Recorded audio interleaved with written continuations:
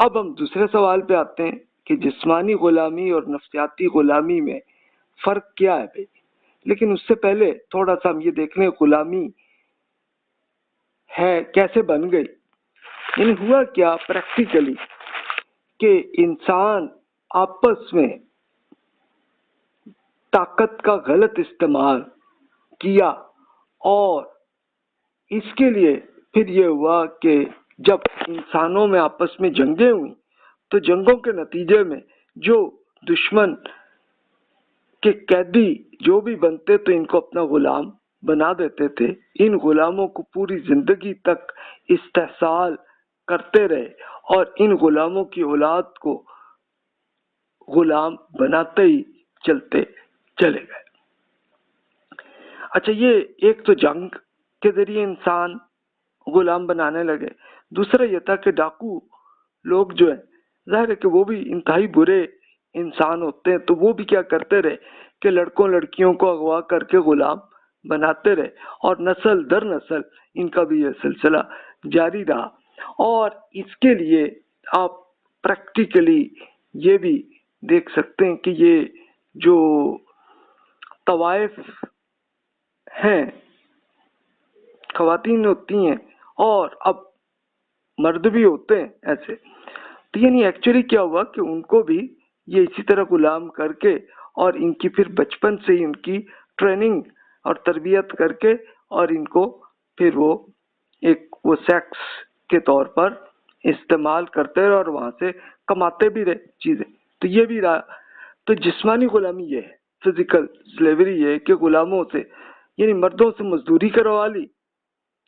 مثلا احرام کی یہ جو کنسٹرکشن ہوئی ہے ایجپٹ کے اندر تو وہ آپ دیکھ لیں ایک یہ قدیم ہسٹری کی ایک ایگزامپل ہے. اسی طرح سائبیریا میں برف میں محنت یہ پچھلے صدی میں یہ ہوا کہ جب یہ کارل مارکس کے فلسفے پہ جب رشیا میں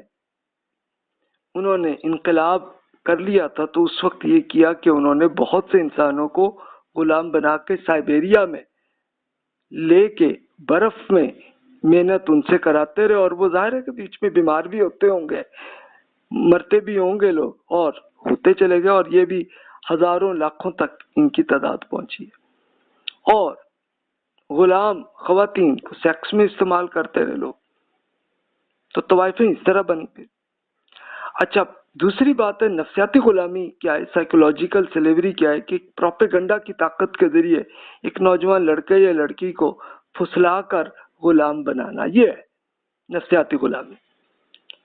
اب کرتے کیسے ہیں؟ یہ پروپیگنڈا کے ذریعے ہی استعمال ہوئے کہ اب یہ ظاہر ہے کہ جو اچھی عمر کے لوگ ہیں وہ آسانی سے نہیں آتے, لیکن نوجوان لڑکے ہوں یا لڑکیاں ہوں تو وہ چونکہ جذباتی ہوتے ہیں نا تو وہ اس کے لیے پھر استعمال میں وہ آتے ہیں اور وہ پھر اب کسی نہ کسی اپنی پارٹی کے اندر آ جاتے ہیں اور اسی پارٹی کے اندر جیسے اس کے لحاظ سے ہی حکم کر رہے تھے. اس کے لیے وہی اگزامپل آپ ابھی دیکھ لیں کہ ٹیررزم میں آپ نے یہ کیس دیکھے ہوں گے کہ بہت سارے نوجوان لڑکے بھی ہیں اور بعض اوقات کئی ممالک میں لڑکیاں بھی وہ اسی طرح سے لے جا کے خودکش حملہ کر لیتے. یہ ایک ایگزامپل ہے. یعنی یہ لڑکے لڑکی یہ سب قانونی طور پر تو آزاد ہی ہوتے ہیں لیکن اپنے لیڈر, ڈکٹیٹر, آقا, چودھری, جاگیردار جو بھی کہہ لیں, چاہے CEO کہہ لیں, استاد کہہ لیں, مرشد کہہ لیں, مینٹر کہہ لیں, جو مرضی کہہ لیں, ان کے ذریعے یہ آنکھیں بند کر کے ان کی پیروی لوگ کر رہے ہوتے ہیں اور یہ ابھی تک موجود ہے. اچھا جو جسمانی غلامی تھی یہ سیکنڈ ورلڈ وار کے بعد یہ ختم ہو گئی الحمدللہ یہ, لیکن پھر بھی کسی حد تک ابھی باقی, لیکن قانونی طور پر بہرحال ختم ہو گئی. لیکن پھر بھی یہ ہوتا ہے نا کہ یہ جیسے یہ گینگ جو لڑکے یا لڑکی کو اغوا کر کے اور وہ ہوتا ہے اللیگل غلامی ابھی تک جاری ہے. اور نفسیاتی غلامی چونکہ اس میں لا تو اس پہ کوئی حکومت بھی اس پہ کوئی ایکشن ہی نہیں کرتی تو اس میں یہ ابھی تک جاری ہے. تو یہ دونوں صورتوں کی کسی حد تک ہے۔ تب آتے ہیں کہ اللہ تعالیٰ نے پھر اس میں کیا احکامات کیے، اس کے لیے ہم قدیم ہسٹری سے ہی ہم شروع کرتے ہیں۔ تورات میں اللہ تعالیٰ کے احکامات کیا ہیں یا پڑھ لیجئے، میں آپ کے سامنے صرف اس کا ترجمہ آپ کے سامنے عرض کر دیتا ہوں کہ کوئی پردیسی غیر قوم کا فرد تمہارے ساتھ تمہارے ملک میں رہتا ہو تو اس کے ساتھ بدسلوکی نہ کرنا، جو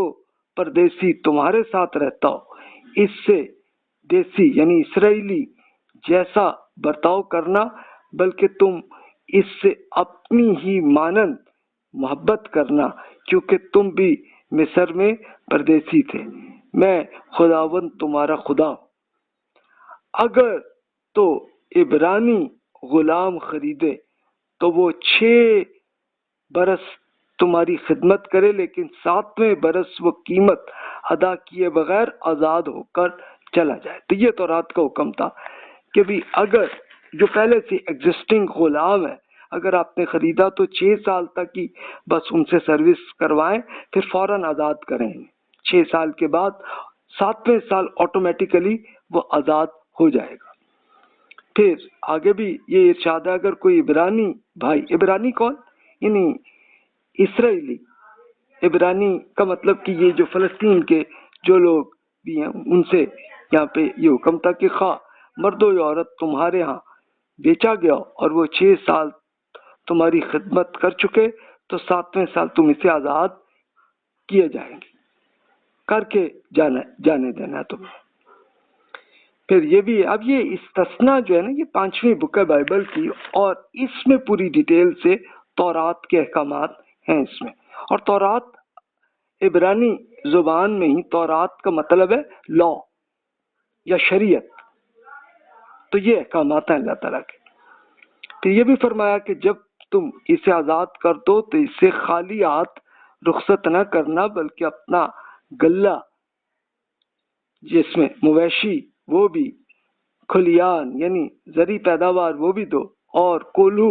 یعنی صنعتی پیداوار وہ بھی ان میں سے اسے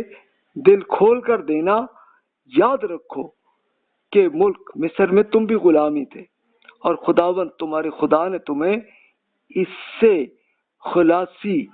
بخش دی تھی، اس لیے آج میں تمہیں یہ حکم دے رہا ہوں۔ اچھا اب یہ دیکھیں اللہ تعالیٰ کی یہ احکامات حضرت موسیٰ علیہ السلام پہ ہی اللہ تعالیٰ نے تورات نازل کی تھی، اور یہ اس وقت تھا کہ جب بنی اسرائیل غلام تھے ایجپٹ میں فرعون کے، اور وہ ان سے ایسی غلامی کے ذریعے ان سے مزدوری اور جو بھی معاملات کرواتے تھے تو ان کو اللہ تعالیٰ نے آزاد کیا، تو پھر ساتھ ہی بنی اسرائیل کو اللہ تعالیٰ نے حکم دے دیا تھا کہ بھی یہ اب جتنے غلام بھی تمہیں جا کے فلسطین میں تم نے سیٹل ہونا ہے تو تم نے ان کو آزادی کرنی ہے۔ چلو بہت تم نے خرید بھی لیا ہے، پیسے تم نے کر لیے ہیں، لگا دیے ہیں، تو پھر 6 سال تک بس، پھر اس کے بعد، اور پھر یہ نہیں کہ تم نے آزاد کر کے بس اکیلے ہی چھوڑ دینا، نہیں، بلکہ اس کے ساتھ آپ نے ان کے لیے پورے مویشی، پھر کھانا اور صنعتی جو بھی اس زمانے کی ٹیکنالوجی میں جو کچھ تھا یہ ان کو دے کر ہی آزاد کرتے 7ویں سال۔ پھر یہ بھی ارشاد ہے اپنے خادم کو آزاد کرنا تو اپنے لیے تم بوجھ نہ سمجھنا، کیونکہ اس نے 6 سال تمہارے لیے 2 مزدوروں کے برابر خدمت کی ہے، اور خداوند تمہارا خدا تمہارے ہر کام میں تمہارے لیے برکت دے گا۔ اگر وہ اکیلا خریدا جائے تو اکیلا ہی آزاد کیا جائے، اگر شادی شدہ ہو تو اس کی بیوی کو بھی اس کے ساتھ ہی آزاد کیا جائے۔ پھر خروج، یہ وہی ایگزٹ جب کیا ایجپٹ میں بنی اسرائیل کو آزادی مل گئی تو ان کو یہ بھی بتایا کہ اگر کوئی شخص اپنی غلام یا کنیز یعنی خاتون کو لاٹھی سے ایسا مارا کہ وہ فوراً مر جائے تو اسے لازماً سزا بھی دی جائے، یعنی جو آقا ہے، جو اس کا جو بھی سردار یا جو بھی ہوگا، تو اگر غلام اپنے غلام یا خاتون کے ساتھ کوئی لاٹھی سے مارے تو پھر اس کا آقا کو بھی یہ اب حکومت سزا دے گی، یہ بھی حکم کر دیا۔ پھر یہ بھی ارشاد ہوا اگر کوئی آدمی اپنے غلام یا کنیز کی آنکھ پر ایسا مارے کہ وہ پھوٹ جائے تو اس کی آنکھ کے بدلے اسے تم لازمی آزاد کر دو، اور اگر وہ کوئی غلام یا کنیز کا دانت مار کر اسے توڑ دے تو اس کی دانت کے بدلے بھی اسے آزاد کر دو۔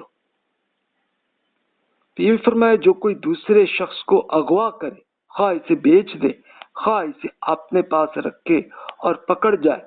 تو وہ ضرور مار ڈالا جائے۔